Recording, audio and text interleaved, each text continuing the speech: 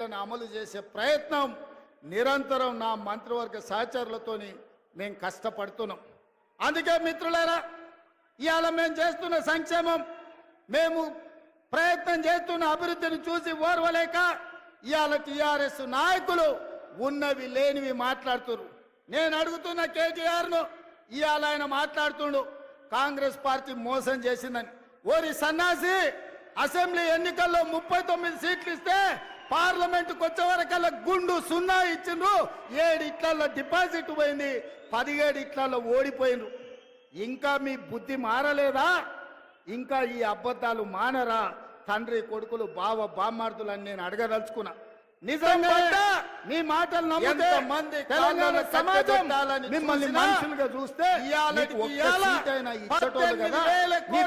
పుట్టినప్పటి నుంచి ఇవాళ వరకు ఎప్పుడు లేనంత హీనంగా దీనంగా దివాలా తీసి బస్ స్టాండ్ అయింది. బస్ స్టాండ్ లో అడగతిన పరిస్థితి వచ్చింది.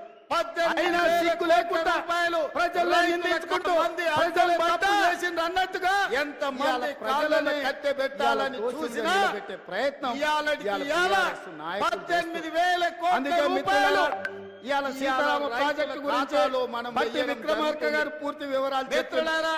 పోయినసారి జిల్లాకు పర్యటనకు వచ్చినప్పుడు సాగునీటి ప్రాజెక్టుల మీద సమీక్ష చేసి 25 ప్రాజెక్టుల నిర్మాణంలో అలసత్వాన్ని ప్రశ్నించి ఆనాడు విక్రమార్క గారు తుమ్మల నాగేశ్వరరావు గారు పార్టీ ఏదైనా ఉందంటే ఈ దేశంలో అది కాంగ్రెస్ పార్టీ, తెలంగాణ ప్రభుత్వం అని నేను చెప్పదలుచుకున్నా.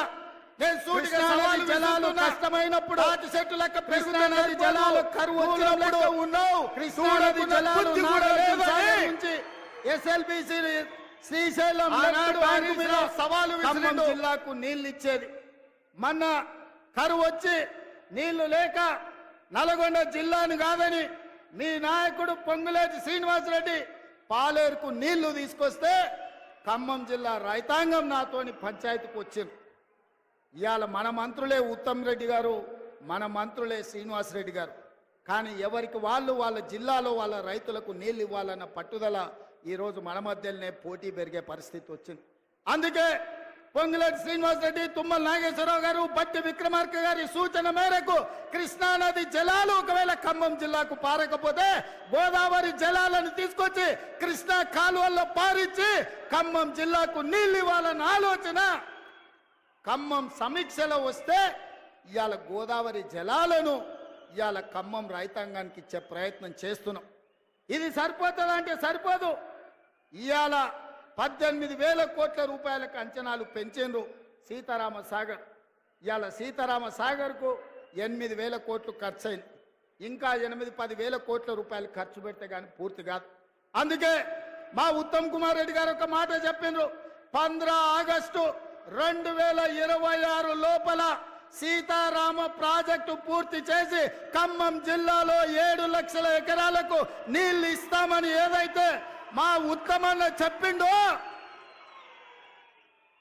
మళ్ళీ నేను మాట ఇస్తున్న మిత్రులారా, వైరా గడ్డ మీద నుంచి 2026 15 ఆగస్టు లోపల